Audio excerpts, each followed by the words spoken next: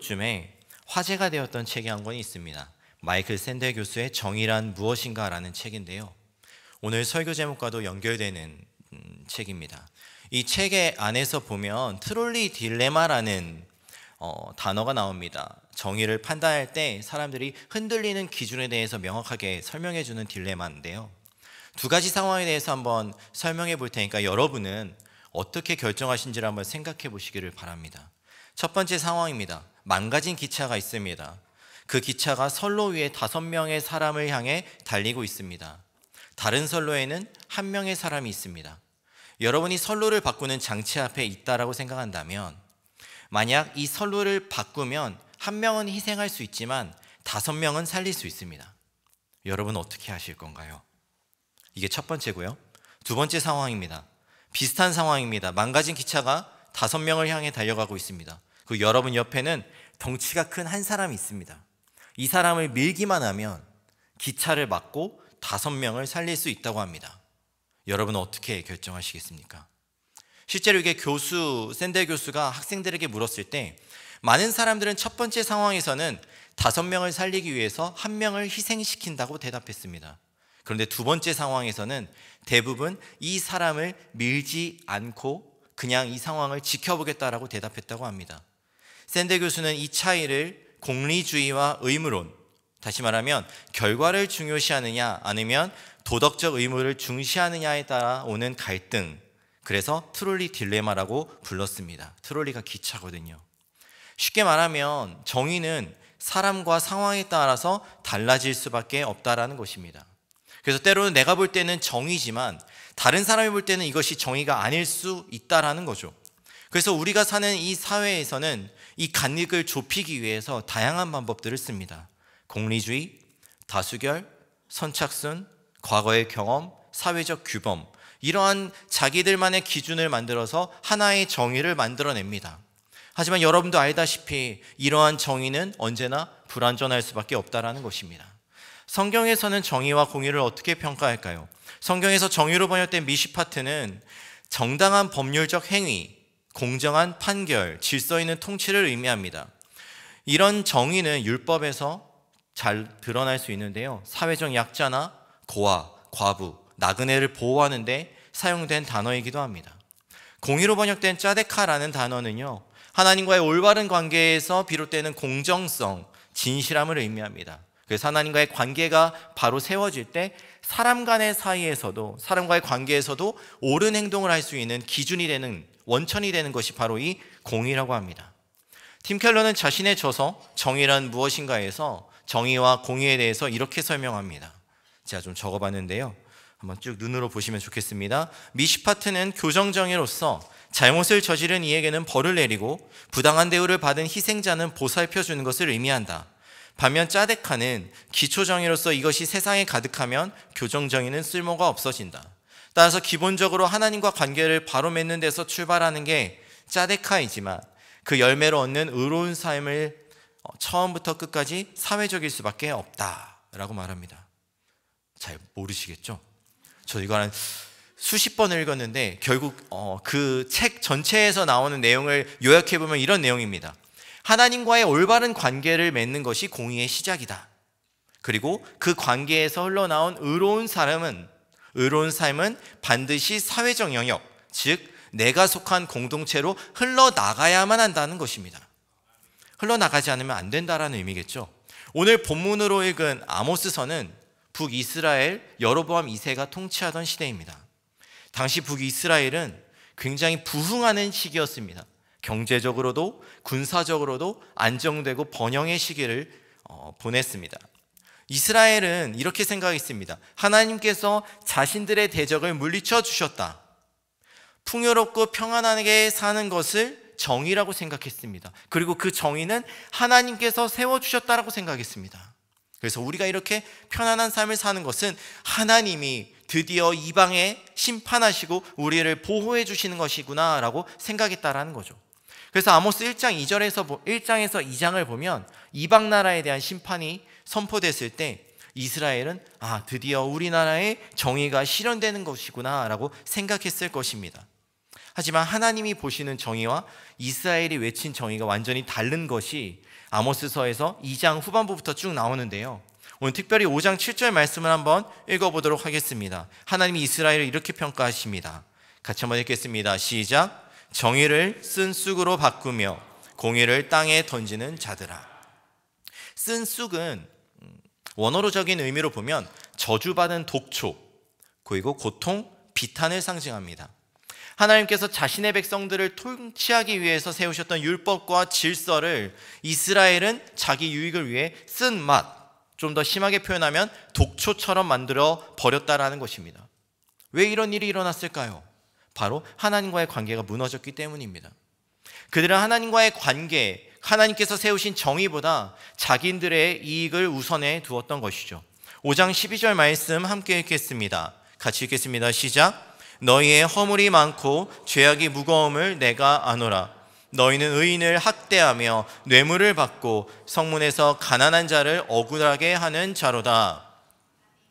북이스라엘의 사회는 아까도 말씀드렸지만 굉장히 번영의 시기를 살았습니다. 그런데 이 번영이 부익부 빈익빈으로 나타났습니다. 당시 가난한 농부들은요, 빚을 감당하지 못해서 자신의 땅을 팔았습니다. 그리고 다시 그 땅을 빌렸습니다. 그곳에서 농사를 지었습니다. 그런데 그 빚을 갚을 수 없어서 더 큰 빚을 지었습니다. 그리고 결국에는 종이 되었습니다. 이처럼 사회적 약자들은 너무나도 궁핍한 삶을 살 수밖에 없었고, 그들의 억울함을 호소하고자 성문으로 나가서, 판결의 자리로 나가서 자신의 억울함을 호소했지만 그곳에 있는 재판장들은 뇌물을 받고 판결을 뒤집었습니다. 브루스 위키는 이렇게 말합니다. 의인은 개인적인 손실을 무릅쓰고 공동체의 유익을 추구하는 데 반해 악인은 사사로운 이득을 위해 공동체의 손해를 입힌다. 그 사회가 이랬습니다. 하나님은 사회적 약자, 고아, 과부, 나그네를 배려하도록 율법이라는 것을 정하셨습니다. 그리고 그것을 지키라고 말씀하셨습니다. 하나님의 나라이기에 당연히 공의가 이러한 자들에게 흘러가는 것이 당연한 사회였습니다. 하지만 이스라엘은 끊임없이 하나님의 통치를 거부했습니다. 공동체의 정의를 무너뜨렸습니다. 이스라엘의 정의는 특정한 사람들을 위한 소유물이 되어버렸습니다. 이러한 모든 상황 가운데서 이스라엘 지도자들은 침묵했습니다. 이러한 불의를 보고 잘못됐다 말하는 사람들이 불의를 알면서도 침묵하고 방관했다라는 것이죠. 심지어 자신의 유익을 위해 그 잘못된 길에 자신들도 참여하기 시작했습니다. 제가 군대 얘기하는 걸 별로 안 좋아하는데요, 군대 얘기를 잠깐 해보겠습니다. 제가 이등병 때 일입니다. 처음 자대를 배치받았을 때 저의 맞선임이라는 사람이 와서 규칙들을 설명해 줬습니다. 상병이 되기 전에 전투화끈은 서서 묶어야 된다. 로션을 쓰면 안 된다.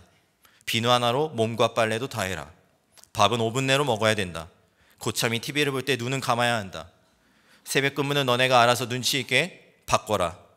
너가 가져온 새 전투화, 군복, 심지어 속옷까지 고참의 것과 바꿔라. 재미있는 규칙이죠. 저는 하필 선임을 잘못 만나가지고 그 선임이 속옷이 구멍이 났었는데 제가 그걸 입어서 기워서 입었던 기억이 있습니다. 동기 중에 한 명이 소대장께 용기를 냈습니다. 그래서 말을 해요. 이런 상황이 너무 부당합니다. 이거 이러면 안 되는 거 아닌가요? 그러자 소대장님이 병사들끼리 일은 병사들이 알아서 해라. 내가 관여하면 더 골치 아파진다라고 회피했습니다. 물론 지금은 안 그렇죠. 근데 그때는 이런 것들이 왜 존재했을까요? 이 군대라는 사회에서는 이게 정의였던 거예요. 자기들도 그렇게 했었고 자기들도 힘든 시간을 보냈기 때문에 밑에 들어오는 후임들도 당연히 그런 것을 겪어야 된다라고 생각했습니다. 만약 그렇게 안 하면 군기가 해이해진다 라는 그들만의 이상한 정의가 있었고 그것이 계속 악습처럼 이어질 수밖에 없었던 것입니다. 너무 극단적인 예죠. 하지만 오늘날 사회에는 이런 일들이 다른 형태로 분명히 발생할 수밖에 없다라는 것입니다. 내 일을 돌보기에도 너무 벅차다. 내 이익을 추구하는 것이 꼭 잘못된 것은 아니지 않냐. 다른 사람들도 다 그렇게 하지 않냐. 내가 직접 하지 않으면 그건 죄가 아니지 않냐. 굳이 내가 관여해야 하냐? 내가 아니라도 누군가는 하지 않는가. 이런 상황에서 나도 어쩔 수 없지 않는가. 어차피 대를 위해서 손은 희생돼야 되지 않냐. 이런 것들이 만연하게 펼쳐지는 것이 우리가 사는 사회라는 거죠. 하지만 때로 이러한 생각과 행동이 정의라는 가면으로 둔갑되어서 결국은 다른 사람의 삶에 영향을 미치고 공동체를 무너뜨릴 수밖에 없다는 것입니다. 마치 오늘 본문에 나오는 북이스라엘처럼 말이죠. 과연 이러한 사회에 하나님의 정의가 존재할 수 있을까요? 그리고 하나님과의 관계에서 오는 공의가 온전하게 흘러갈 수 있을까요? 오늘 본문 21절에서 23절 말씀을 좀 길지만 함께 읽어보도록 하겠습니다. 같이 읽겠습니다. 시작. 내가 너희 절기들을 미워하며 멸시하며 너희 성회들을 기뻐하지 아니하나니 너희가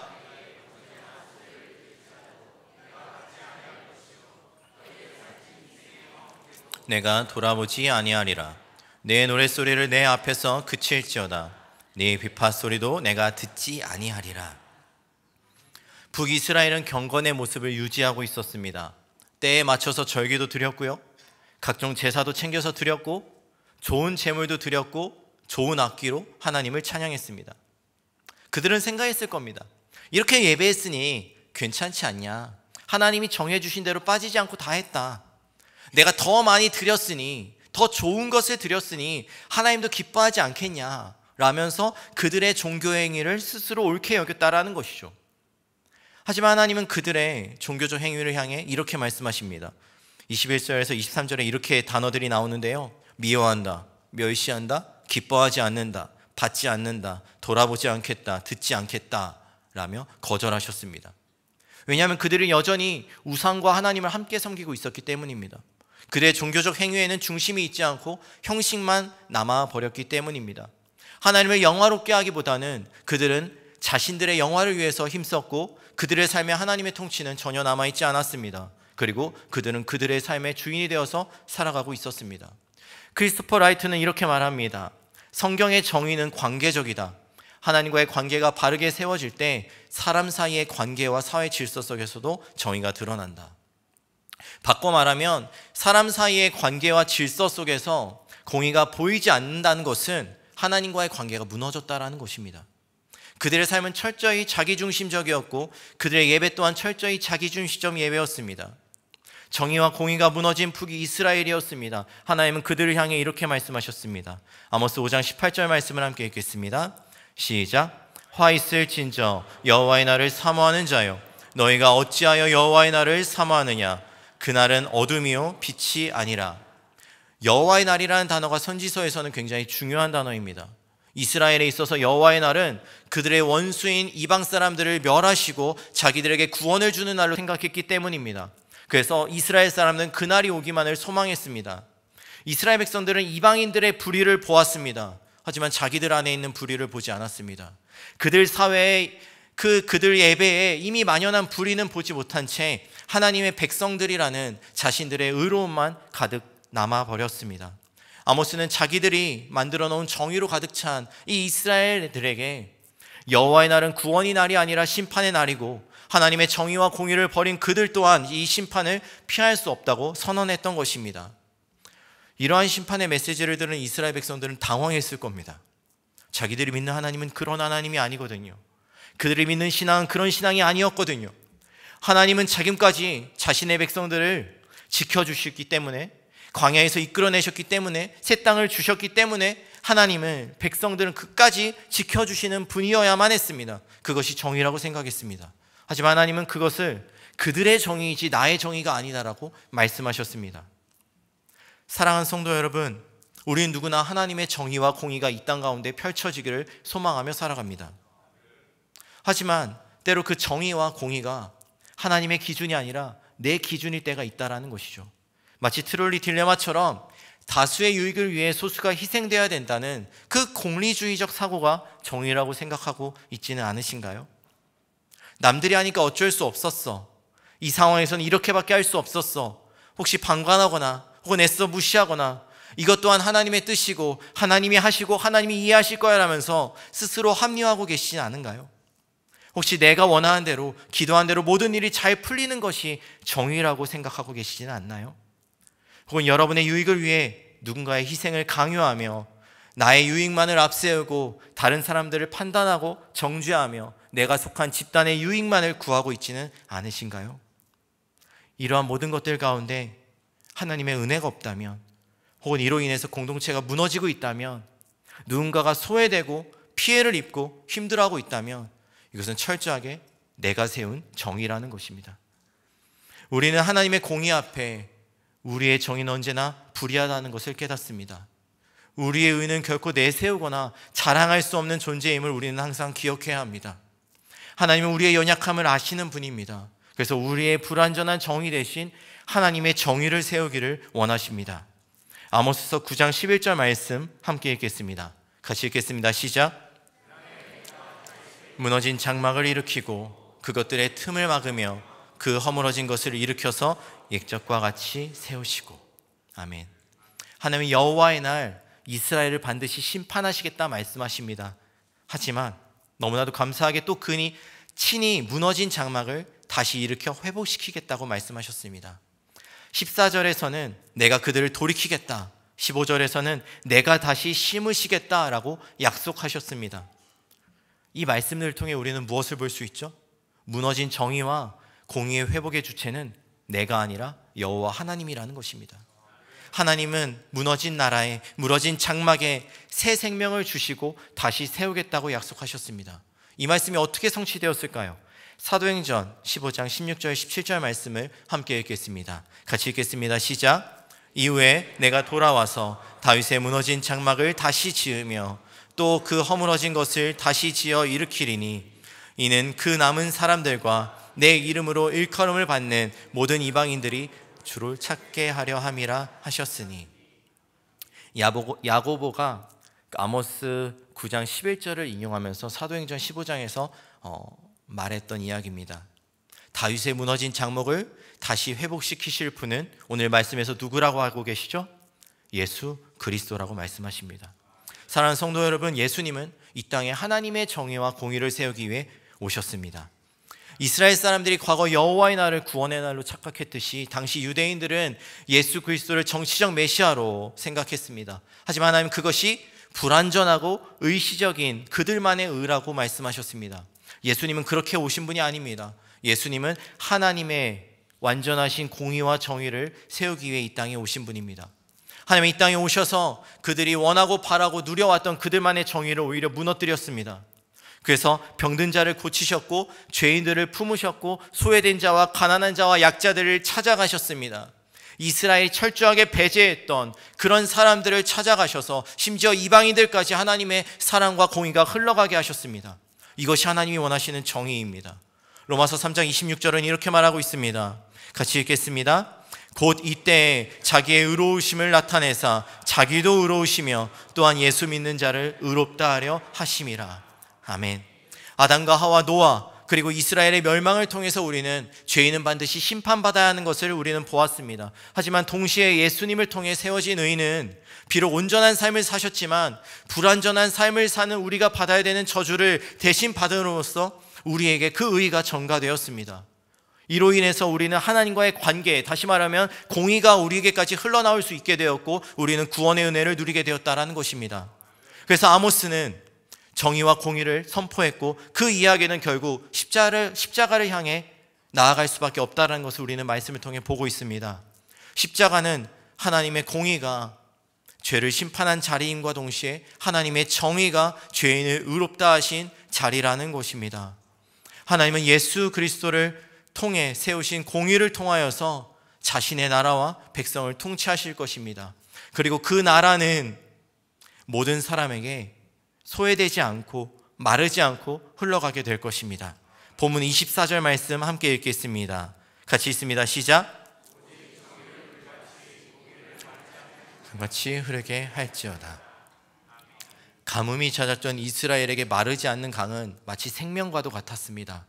마치 정의가 메마른 상태의 이스라엘에게 하나님이 세우시는 정의는 장마철에 일시적으로 넘쳐서 흘렀다가 그냥 메말라버리는 정의가 아니라 계속 흘러넘쳐야 되는 것임을 말씀하고 계셨습니다.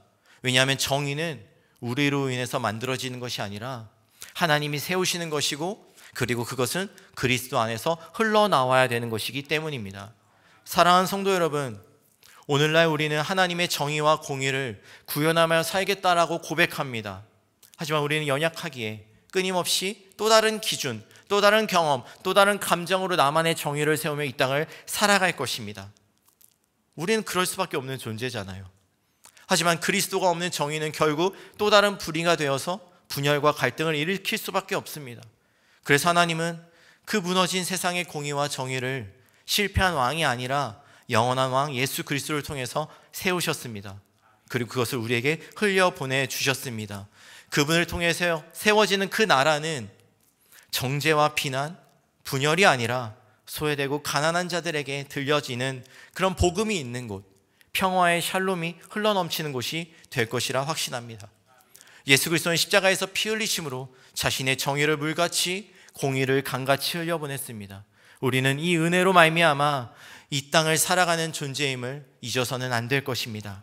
받을 수 없는 구원의 은혜를 받아서 우리는 하나님과의 관계가 회복된 존재라는 것을 기억해 주시기를 바랍니다. 그래서 자격 없는 이웃에게도 똑같이 관대함과 정의를 흘려보내는 마음을 하나님께서 주시기를 소망합니다. 그래서 때로는 손해보더라도, 때로는 내 유익을 포기하더라도 하나님의 은혜가 우리 안에 있기 때문에, 하나님의 공의가 우리 가운데 있기 때문에, 그것이 의무가 아니라 불편함이 아니라 은혜의 열매로 나의 정의가 아니라 그리스도의 정의를 이 땅 가운데서 세워나가는 저와 여러분이 되기를 바랍니다. 그래서 우리가 가야 할 길은 우리가 바라고 원하는 넓고 평탄한 길이 아닐 수 있습니다. 좁은 길이 될 수도 있습니다. 때로는 나를 부인하는 그런 십자가를 짊어져야 되는 길일 수도 있습니다.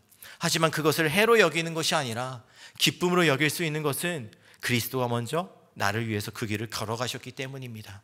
그래서 의무가 아니라 이것을 은혜로 여길 때 우리가 있는 곳은 하나님의 공의가 흘러가는 그런 자리가 될 줄로 믿습니다. 나를 위해 십자가에 피 흘리신 그 공의를 강물같이 흘려보내신 그리스도를 기억하는 저와 여러분이 되기를 바랍니다. 우리는 그분으로 인하여 하나님과의 관계가 회복되었습니다. 이제는 그 은혜가 내가 세운 정의를 위해서 사용하는 것이 아니라 하나님이 원하시고 바라시는 그 정의를 세우기 위해 우리가 힘쓰기를 소망합니다. 그래서 우리가 속한 가정에서, 직장에서, 교회에서 용서와 화해, 정직과 공평, 사랑과 섬김이라는 공의가 흘러 넘쳐야 될 줄로 믿습니다. 그리스도가 흘려주신 공의와 강물이 우리의 삶을 통해 이 땅에 흐르기를, 그리고 우리가 속한 모든 자리에서 그리스도의 정의가 온전하게 세워지기를 주님의 이름으로 축복합니다. 찬양하겠습니다.